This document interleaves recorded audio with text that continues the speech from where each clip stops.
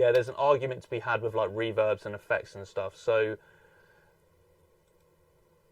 when I first started working in Atmos, I would tend to kind of put the reverb at the back of the room, because you would think, oh well, you know, it's a reverb, it's a space, it shouldn't be at the front. If we're in a room that has the capability, then we'll put it at the back of the room.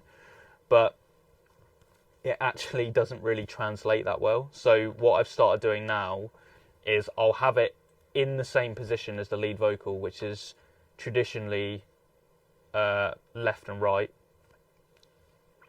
And then I'll add a reverb onto the reverb, which I can't show you because we haven't got lexicon. And that'll space it around the room, like so. So my main signal is here, and then this is the reverb send.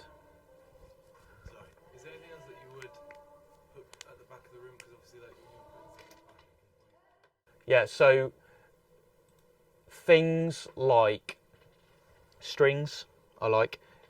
Essentially, I don't think it's like any specific instrument, even though I've just said strings. So I do like strings at the back of the room. However, when you're listening in headphones to the master or the mix that you're working to, try and take consideration of the things that aren't like really forefront in the mix. Things that you think can be given their own spaces. Like for me, strings need room to breathe because they're such an organic instrument.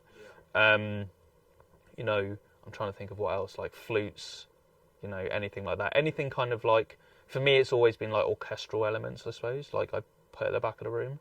But again, there's like no right or wrong. If you're working on a track that's not as like kind of organic as this one, and it's a bit more kind of like synthetic, then you could fly synths around the back of the room, or like, you know, sound effects and stuff like that.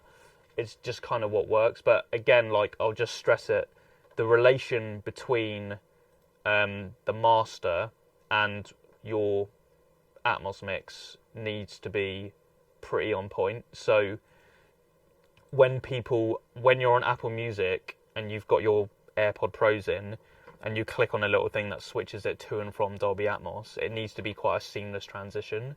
So they can't sound like extremely different. You need to really like make an effort to maintain consistency across both of them.